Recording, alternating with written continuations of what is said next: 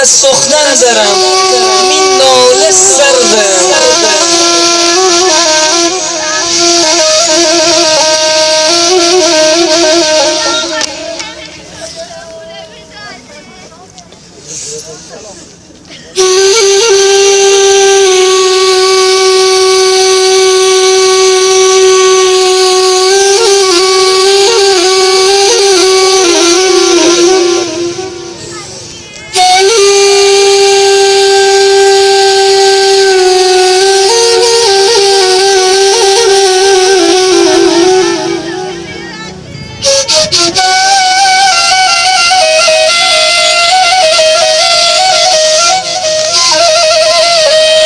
بگو مادر مهربانه، مادر عزیزم،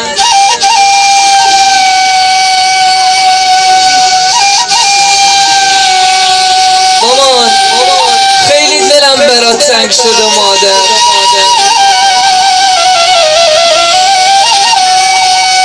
حاضرم تمام دار و ندارم و بدم مادر، اگر شده یه بار دیگه اون صورت زیباتو ببینم.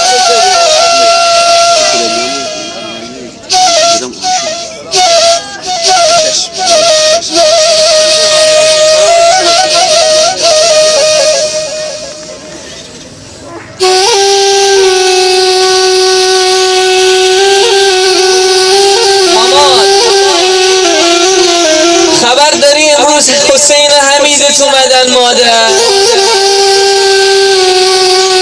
خبر داری دخترات اومدن مادر؟ مامان خبر داری بابا رسولم اومد؟ دور قبر تو جمع شدیم مامان.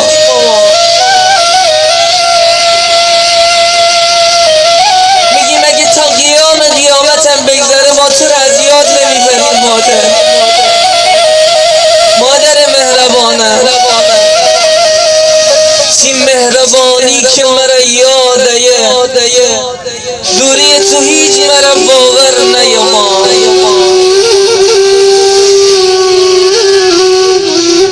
بگو مامان جان امان از روزگار بی کسی مار، ای داد و بیدار غم تنهایی و دل واپسی، ای داد و بیدار.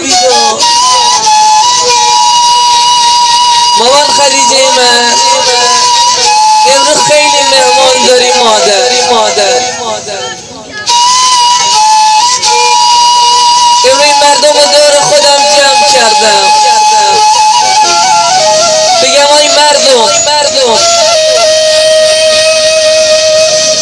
الان 1 ساله از غم فراق مادرم بیقرارم.